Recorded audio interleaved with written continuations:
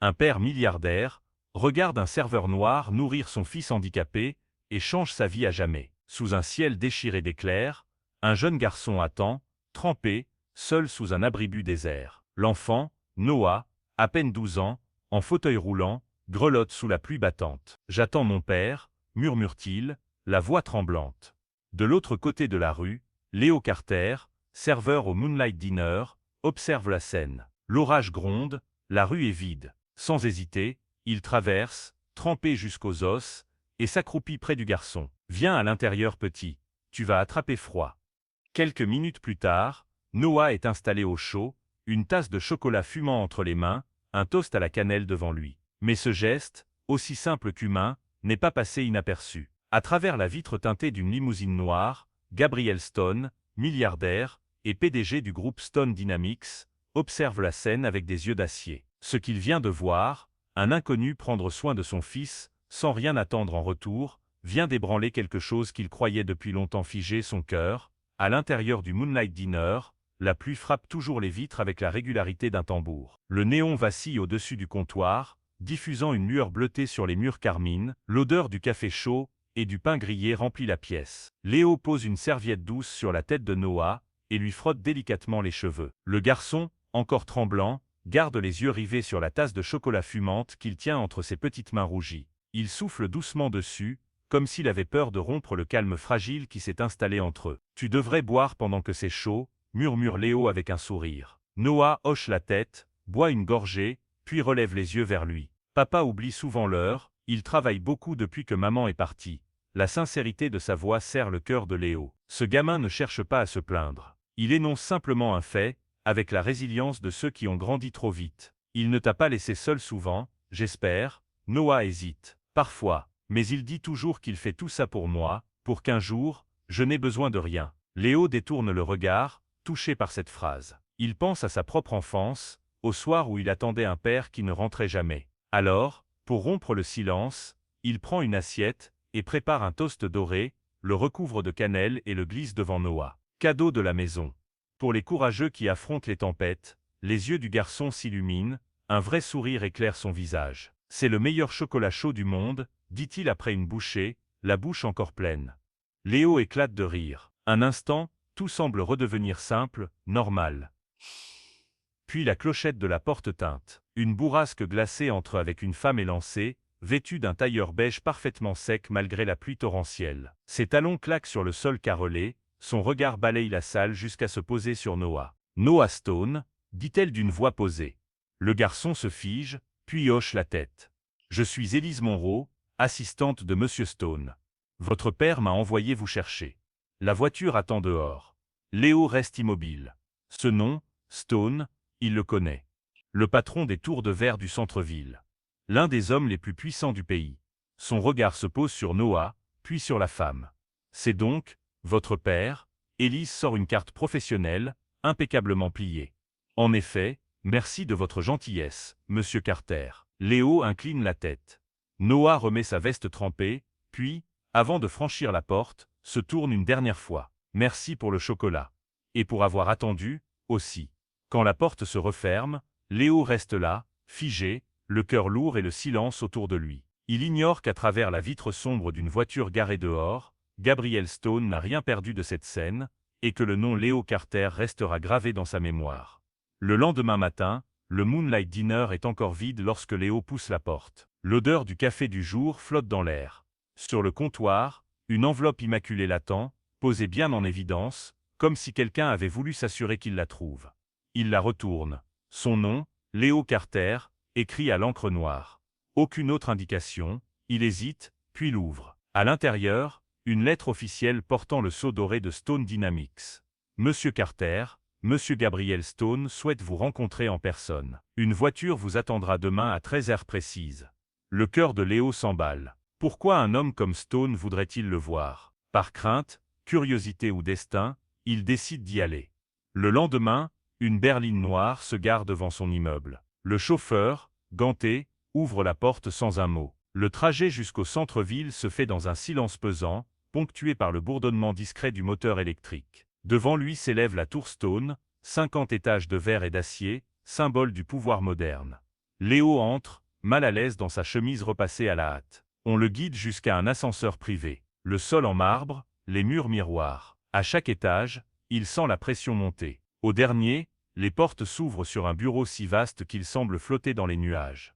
Derrière un bureau de marbre noir, Gabriel Stone l'attend, impassible. Costume gris clair, regard perçant, voix calme. « Asseyez-vous, monsieur Carter. » Léo s'exécute, nerveux. « Vous avez nourri mon fils hier soir », dit Stone d'un ton neutre. « Pourquoi ?»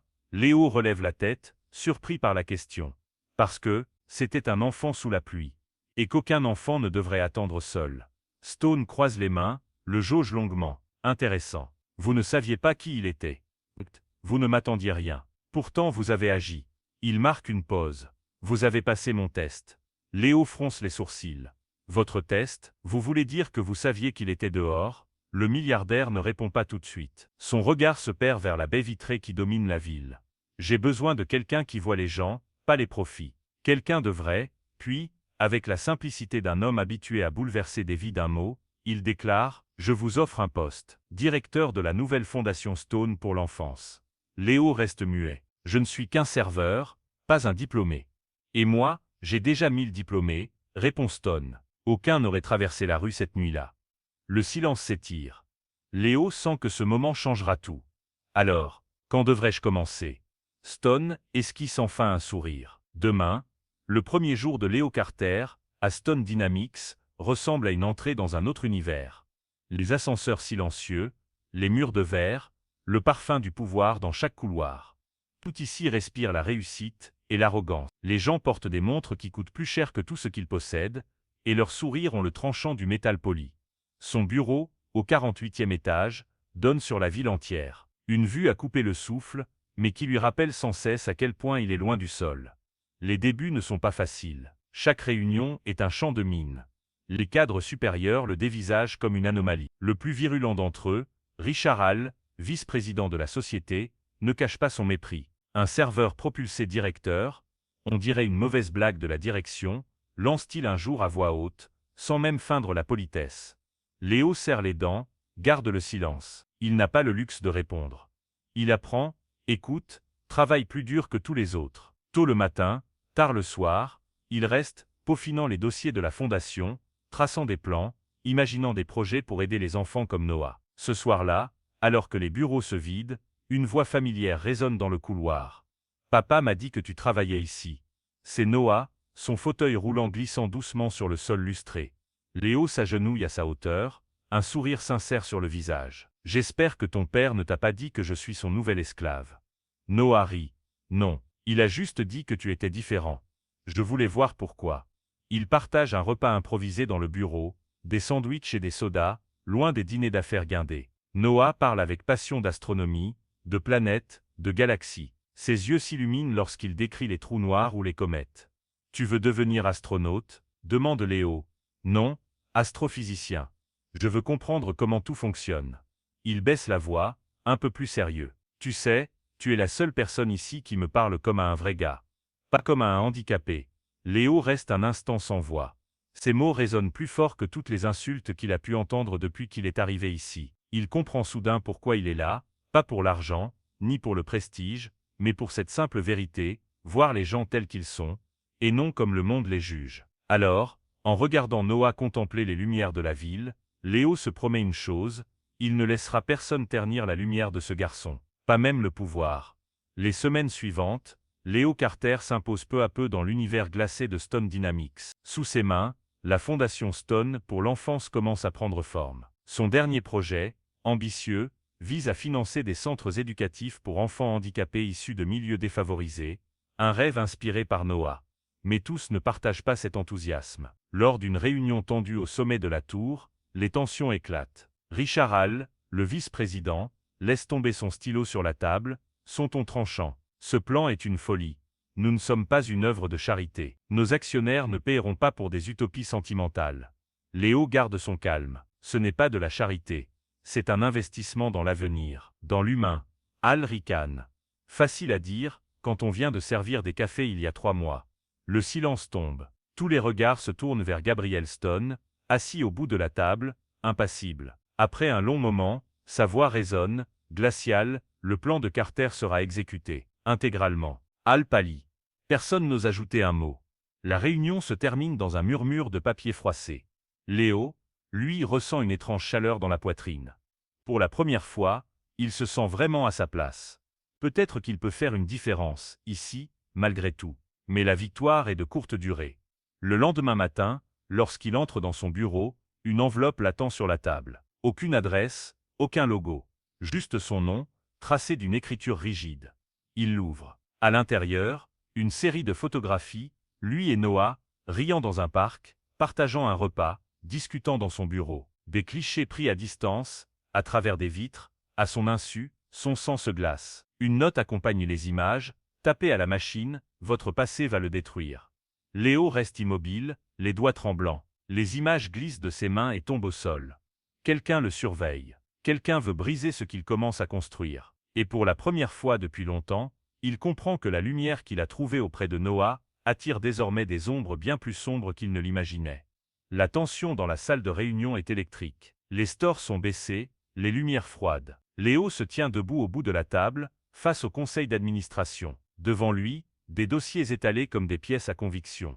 Au centre, Richard Hall, le regard triomphant, savoure son moment. « Monsieur Carter », dit-il avec une fausse gravité, « il semble que nous ayons oublié de mentionner certains détails de votre passé. » Léo fronce les sourcils. « De quoi parlez-vous » Hall ouvre une chemise cartonnée et fait glisser des feuilles sur la table. « Votre casier judiciaire. Une altercation il y a 7 ans, une fausse déclaration sur votre CV. Et plus troublant encore, votre influence sur le fils du PDG. » Des murmures s'élèvent autour de la table. Léo blanchit. « C'est absurde. Je n'ai jamais, ne niez pas, » coupe Hall, la voix pleine de venin. Ces photos parlent d'elles-mêmes. Sur l'écran, des images apparaissent, lui et Noah au restaurant, dans son bureau, riant ensemble. Des moments innocents, transformés en soupçons. Vous avez franchi une ligne, Carter.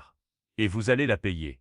Léo sent la colère monter, mais une part de lui comprend. Il a été piégé. Chaque pas, chaque mot, chaque sourire avec Noah était observé. Manipulé. À l'autre bout de la table, Gabriel Stone reste de marbre. Son regard est indéchiffrable. Quand il se lève enfin, la pièce se tait. La séance est levée. Sans un mot de plus, il sort, suivi de Léo. Dans le couloir désert, le silence est presque assourdissant. Léo finit par parler, la voix brisée. « Vous croyez vraiment à ces mensonges ?» Stone se tourne lentement vers lui. Son visage n'exprime ni colère ni compassion, seulement une fatigue froide. « Ce n'est pas Hall, dit-il. » Léo le fixe, déstabilisé. « Quoi ?» Stone baisse la voix. « C'est Élise. Mon assistante. Elle travaille en secret pour Diana Lawson, mon ex-femme. » Il fait quelques pas vers la fenêtre. « Diana cherche depuis des mois à me retirer la garde de Noah. Si elle prouve que j'expose mon fils à des personnes instables, elle gagne. » Un silence lourd s'installe. Léo comprend enfin. « Alors je n'étais qu'un pion ?» murmure-t-il. Stone hoche lentement la tête. « Non, Carter. Vous étiez une cible. » Et dans ce bureau de verre suspendu au-dessus de la ville, la guerre qui couvait dans l'ombre vient de commencer. Le lendemain matin, tout bascule. Quand Léo se présente au siège de Stone Dynamics, les gardes de sécurité lui barrent l'entrée. Ordre de la direction, Monsieur Carter. Vous n'êtes plus autorisé à accéder aux locaux. Son badge ne fonctionne plus. Son nom a disparu du système. En un instant, il n'existe plus. Alors qu'il s'éloigne, la pluie recommence à tomber, fine, glaciale. Son téléphone vibre dans sa poche. Un message inconnu s'affiche, « Rendez-vous à Central Park. » C'est à propos de Noah. Le cœur battant, Léo s'y rend. Sous les arbres d'automne, la ville semble suspendue. Près d'un banc, une femme l'attend, élégante, manteau ivoire, lunettes sombres. Il la reconnaît immédiatement, Diana Lawson, l'ex-femme de Stone. « Merci d'être venu, » dit-elle d'une voix douce mais tranchante. Léo reste sur ses gardes. « Que me voulez-vous » Elle esquisse un sourire calculé. « Vous pouvez m'aider à récupérer mon fils. Témoignez contre Gabriel. Dites que c'est un homme dangereux, instable. En échange, je vous protégerai. » Léo secoue la tête. « Je ne vous aiderai pas à détruire Noah pour gagner une guerre d'ego. » Le masque de Diana se fissure à peine. Elle s'approche d'un pas. « Réfléchissez bien, Monsieur Carter. Vous pensez protéger mon fils, mais il n'est peut-être déjà plus en sécurité. » Son ton glacé le fait frissonner. « Qu'est-ce que vous insinuez ?» Elle ne répond pas. Elle se détourne lentement, disparaissant parmi les passants. Le téléphone de Léo vibre à nouveau. Un message de Gabriel Stone. Noah n'est plus à la maison. Le monde semble vaciller autour de lui. La pluie s'intensifie, brouillant les lumières du parc. Et pour la première fois, Léo comprend que cette guerre n'a plus rien de symbolique. Noah a réellement disparu. La pluie s'abat sur la ville, violente, comme si le ciel lui-même voulait laver tout ce qui a été brisé. Léo court à travers les rues inondées, son souffle court, guidé par une seule certitude, il sait où Noah est allé. L'endroit où tout a commencé. Le Moonlight Diner se dresse, lumière vacillante dans la tempête. Lorsqu'il pousse la porte, il le voit. Assis à la même table qu'autrefois, trempé, le regard plein de larmes, « Noah, tante Diana m'a dit que tu allais partir », murmure-t-il d'une voix tremblante. Léo s'accroupit, les yeux à hauteur des siens. « Je ne partirai jamais sans te dire au revoir. » « Jamais !» Le garçon hésite, puis fond en larmes. Léo le prend dans ses bras, serrant ce petit corps frêle comme pour le protéger du monde entier. La porte s'ouvre brusquement. Gabriel Stone entre, suivi de Diana Lawson. L'orage semble les avoir suivis à l'intérieur. « Noah !» s'écrie Diana, la voix brisée. Mais Léo se relève, les yeux flamboyants. « Assez, vous jouez avec lui comme avec un trophée. Ce n'est pas une guerre, c'est un enfant. » Son cri traverse la salle, secoue les vitres. Le tonnerre gronde dehors répondant à sa colère. Diana reste figée. Gabriel baisse les yeux, pour la première fois désarmé. Le silence retombe, lourd, sincère. Noah regarde ses parents, les larmes aux joues. « Je voulais juste que vous arrêtiez de vous détester. » Ces mots simples percent plus fort que toutes les accusations. Gabriel et Diana se tournent enfin l'un vers l'autre. Leurs regards se croisent, non plus comme des ennemis, mais comme deux adultes qui viennent de comprendre qu'ils ont failli perdre ce qu'ils avaient de plus précieux. Léo s'efface, silencieux. Dehors, la pluie cesse. Et dans le calme qui suit l'orage, une famille commence, enfin, à se reconstruire. Quelques semaines plus tard, un nouveau matin se lève sur la ville. Devant un bâtiment de verre et de lumière, une plaque brille au soleil, Fondation Stone Carter. Là où autrefois, il n'y avait que rivalité et colère, il y a maintenant espoir et reconstruction. Léo, costume simple mais sourire sincère, coupe le ruban d'inauguration sous les applaudissements. Autour de lui, des enfants rient, explorant les couloirs colorés du centre. Chaque rire est une victoire, chaque sourire un rappel de ce qui compte vraiment. Gabriel Stone se tient à ses côtés, le regard plus doux qu'autrefois. Diana, discrète, observe la scène, une paix fragile dans les yeux.